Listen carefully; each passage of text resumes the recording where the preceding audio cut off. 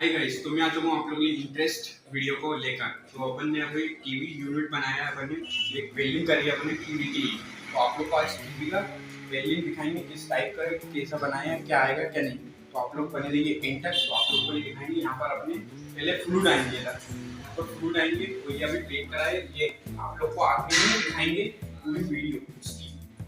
तो इसलिए इसको छुपाया है, इसमें माइका लग चुका है एक मिनट। तो ये बंद करा है, इस पर भी अपन का तो आएगा फ्लूट फ्लूट आएंगे एक वाले ये पूरे पे। और ये रोज बनाएंगे अपन ने, तो ये गोल करा है, उसको राउंड करा है अपन ने इधर से।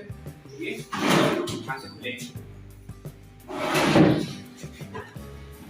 ये रोज ये वो बीच में अपन ने इसका स्टैंड बना के दिया है। यहाँ पर सामान रख सकते हैं आप, जो भी आप यूज करें। अपन ने बनाया है ये पूरा डेकोरेशन। आप लोग को वीडियो पसंद आई हो तो प्लीज सब्सक्राइब करके जरूर जाएं, लाइक करें और कमेंट करके अच्छा सा प्यार से करें।